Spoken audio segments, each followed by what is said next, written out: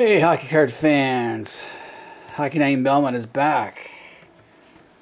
Picked up some more hockey cards, but first I gotta give a shout out to this vinyl record I bought by a band called Thundermug. They're from Canada, based out of London, Ontario, but the lead singer, Joe DeAngelis, is from my hometown of Belmont. 3 records in the 70s, 2 of them hit gold. This is the second one, Orbit. Bought this for like $40, and then I got a 45, Africa, their song Africa, which is a really cool song. So they were quite a really good act.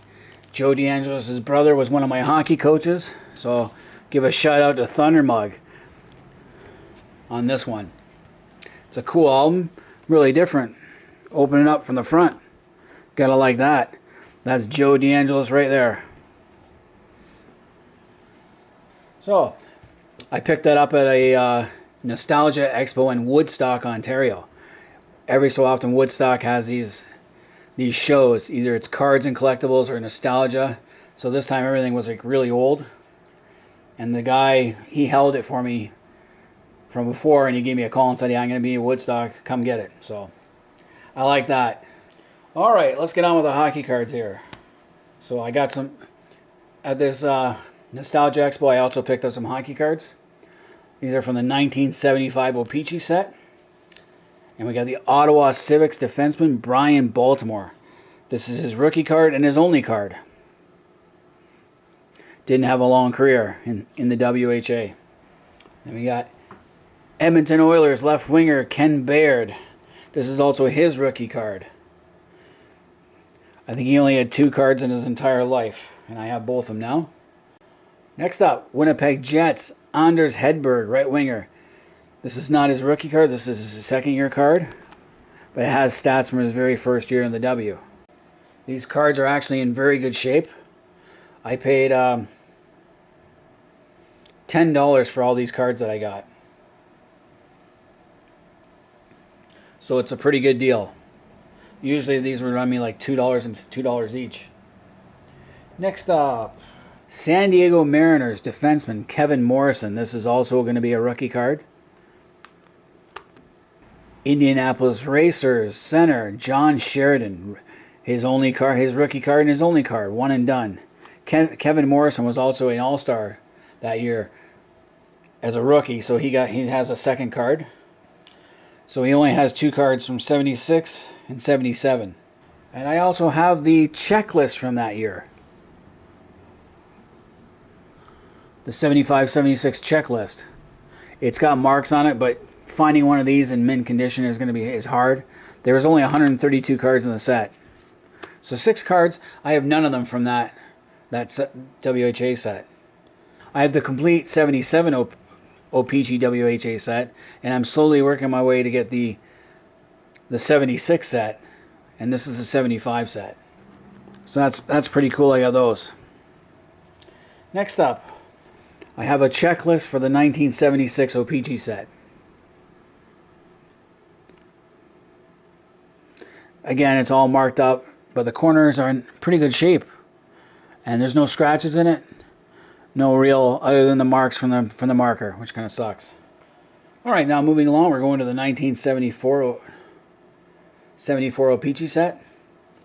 I have left winger Don Burgess, Philadelphia Blazers, or Vancouver Blazers, depending. The team moved midway through, so they started out in Philadelphia, then ended up in Vancouver. Ugly jerseys. And this is his rookie card. And then next up we get Cleveland Crusaders center Ron Ward. Don't know much about him. I guess he had played for the Toronto Maple Leafs and the Vancouver Canucks before jumping to the W. Played for the New York Raiders, Vancouver Blazers, LA Sharks, and Cleveland Crusaders. Finished his career with the Calgary Cowboys and Winnipeg Jets and Minnesota Fighting Saints. Was in like 3 teams in 77. So he moved around quite a bit. Never got back to the NHL. But his rookie card is when he's with Vancouver. That's what I got from the Woodstock Nostalgia Expo. I have another album too from the Battered Wives called Cigarettes. That's a different story there. But I was happy to get the Thundermug with a 45. And these cards from the WHA, they're really good quality. Can't go wrong with that. I like going to these little card expos because you never know what you can find and what deals you can get. But then while we were in Woodstock, we decided to visit the Woodstock Antique Market. It's a huge building. It's like it's an old factory warehouse. And it has 3 floors filled with antique stuff. With many vendors. The vendors aren't there on a Sunday though. So you have to ask to get keys to look at stuff. I found their hockey cards a little bit overpriced for the most part in most stalls. But I found one where it was fairly cheap. So from the 1974 OPC set, I got Joe Lundgren, defenseman, Washington Capitals. This is the first year the Capitals were in the league, entering the league with the Kansas City Scouts. He had played previously with the Toronto Maple Leafs for 49 games. And then in 74-75, he only played 3 games with the Capitals, and that was it. And we got California Golden Seals, Al McAdam, left winger. I only paid $1 for each of these cards. This is his rookie card. I always loved the California Golden Seals jersey. The colors were pretty cool. The green and gold, or the gold and green, much better than the Vancouver Canucks jerseys. McAdam went on to have a pretty good NHL career. Not a great one, but a pretty good one. He was part of the 3M line with Marouk. And I believe Merrick and Marouk. We got LA Kings coach Bob Pulford. Though he's wearing an actual jersey, it looks like he's playing. He hadn't played since 71-72. They couldn't get a picture of this guy in a suit. But he coached the LA Kings for quite a few years, since 1972-73. Made the playoffs in 4 of the 5 years he was a coach there. Then he coached the Chicago Blackhawks into the 70s and 80s. Won a Jack Adams in 74-75, so not bad there. And I got right winger, California Golden Seals, Morris Mott. This card's not in great shape. These first 3 cards are in really good shape. This one was not. But it was the best one they had of that one. That's his only card, even though he spent 3 years with the California Golden Seals. Then we got defenseman, California Golden Seals defenseman Mike Christie. This is his rookie card. He actually had a pretty decent career with the California Seals, Cleveland Barons, and Colorado Rockies before hanging them up in '81 with the Vancouver Canucks. So it wasn't a bad defenseman, just played for a lot of bad teams.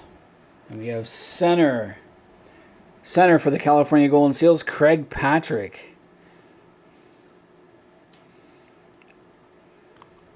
Center, Atlanta Flames, Ray Camo. I know he played for the Colorado Rockies later in his career. And wasn't a bad player. It's like a second, third line center.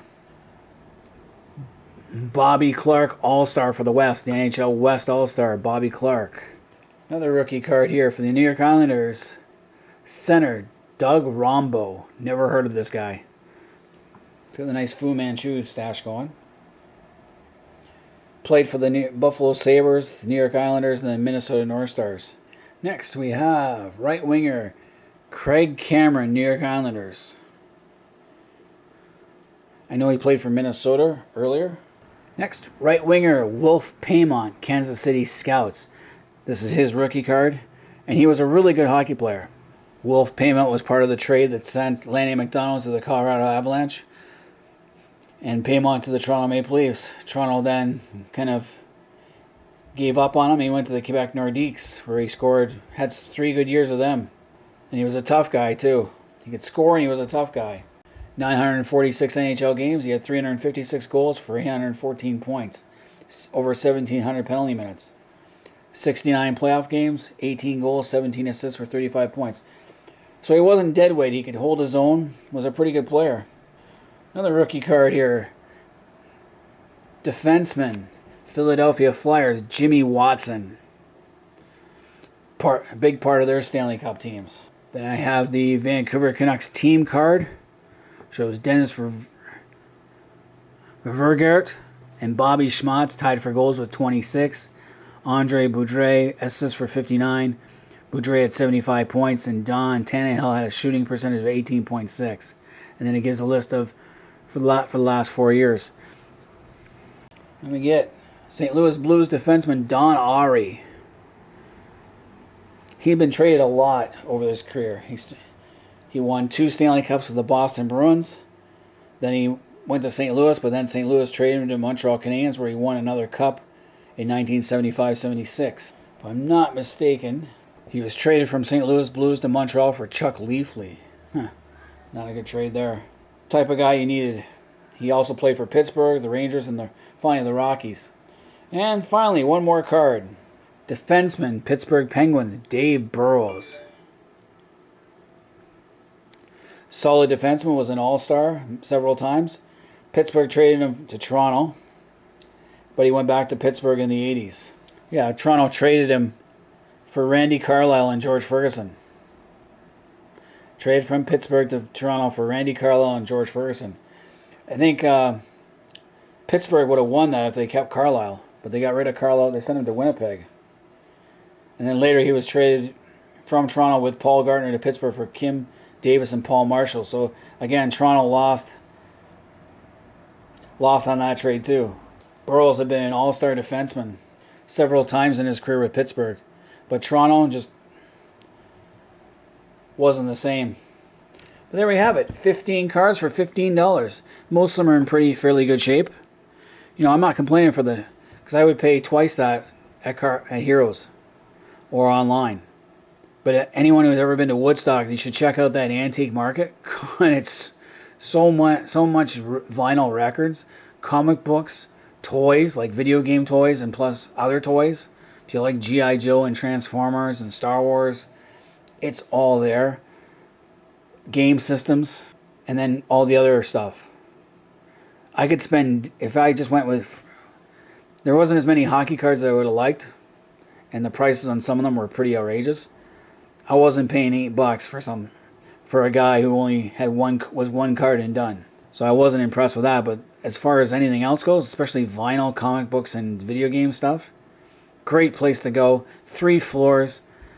It took us like 3 hours with my wife at that and my 2 girls just walking through it all.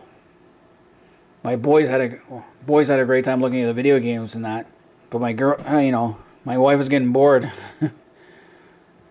Definitely interesting. So anyone who's ever in Woodstock, check that one out. But anyway, that's what I got for hockey cards, and of course Thundermug. All you hockey card enthusiasts, let me know what you guys think in the comments, and until next time, this has been Hockey Night in Belmont.